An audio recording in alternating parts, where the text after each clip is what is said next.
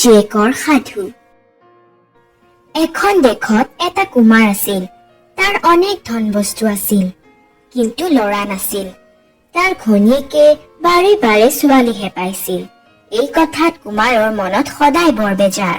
কিছুদিনৰ মূৰত ঘৈণীয়েক আকৌ গাভৰি হলত কুমাৰে ঘৈণীয়েকক কয়, যদি এইবাৰো তই ছোৱালীহে পাও, তেন্তে মই ঠিক কৈছো তোক বেচি পেলাম।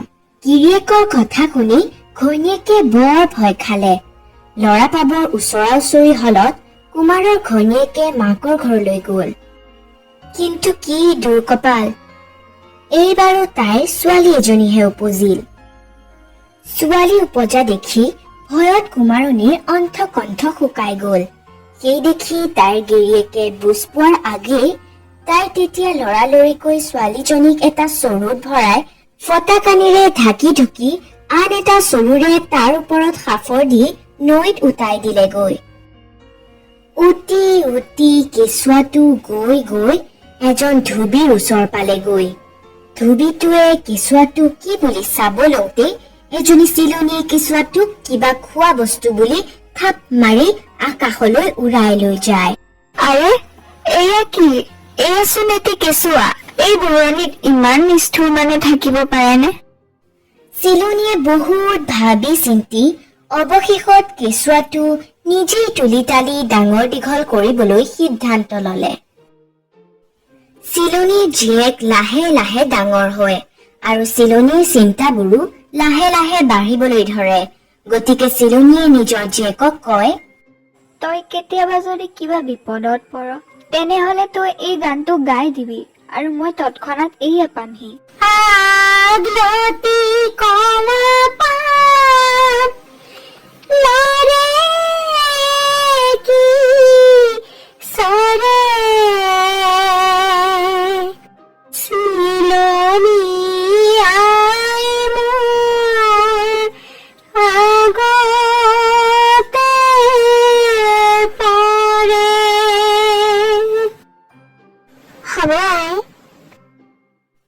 তাৰ পিছত চিলনী অন্তৰ্ধান হৈ পৰে।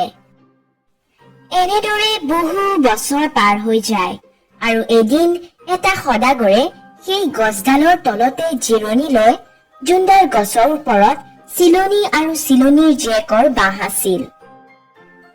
তেতিয়াই সদাগৰজনে এডাল চুলি পায়, যোনডাল বহুত দীঘল আছিল। তেতিয়া তেওঁ ওপৰলৈ চাই দেখে যে তাত এজনী ছোৱালী যি বৰ সুন্দৰ আছিল। যেতিয়া ছোৱালীজনীয়ে তাক দেখিলে তেতিয়া তাই বৰ ভয় খালে আৰু চিলনী আইক মাতিবলৈ ধৰিলে।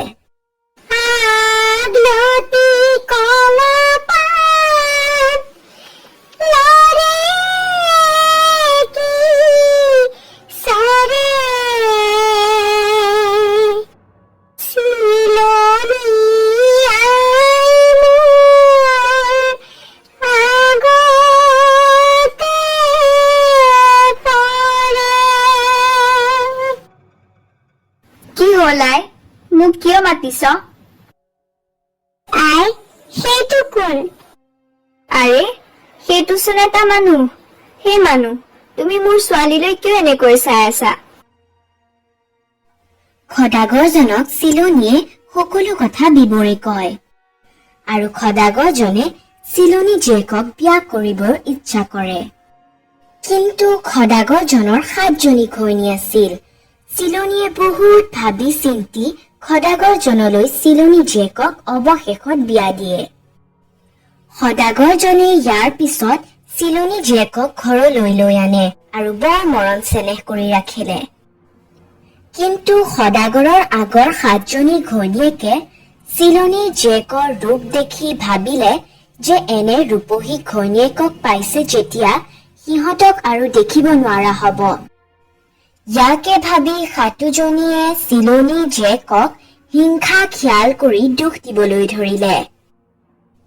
এদিন 7জনী ঘৈণীয়েকে লগ লাগি চিলনী জীয়েকক কলে, তই বৰ অপেশ্বৰী হৈ আহিছ। আমি ঘৰৰ বন বাৰী কৰি ৰান্ধি বাঢ়ি দিম, তই বহি বহি খাবি। যা, আজি তই ভাত ৰান্ধগৈ। চিলনীৰ জীয়েকে তাইৰ জীৱনত কেতিয়াও ভাত ৰন্ধা নাই।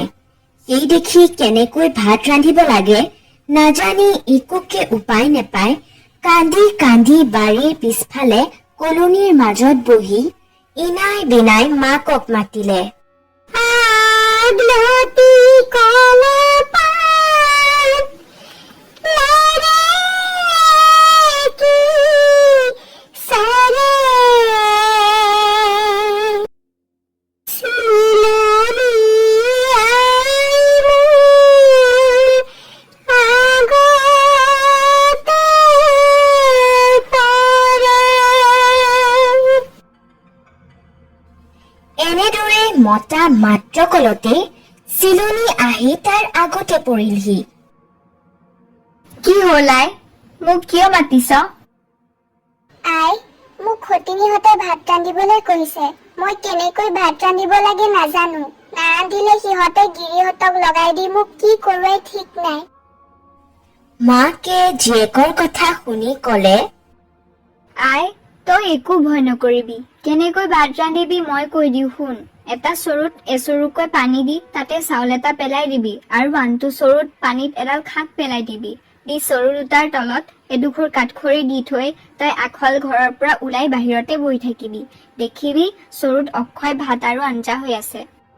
ইয়াকে জীয়েকক বুদ্ধি দি চিলনী উৰি গুচি গল আৰু জীয়েকে চিলনীয়ে কোৱাৰ দৰে কৰিলে।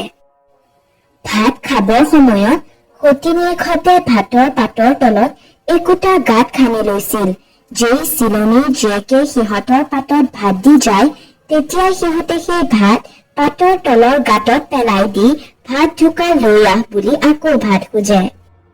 এইদৰে সতিনীয়েকহঁতে যতবাৰ ভাত খোজে ততবাৰ চিলনীৰ জীয়েকে চৰুৰ পৰা ভাত আনি দি থাকে। শেষত সিহঁত হাৰি লাজ পাই উঠি গল। এদিন সতিনীয়েকহঁতে চিলনীৰ জীয়েকক গোহালি ঘৰ অটাবলৈ কলে।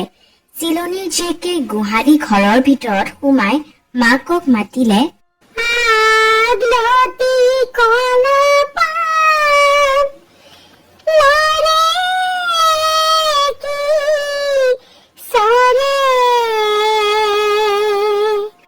চিলনি আই মোৰ আগতে পৰে।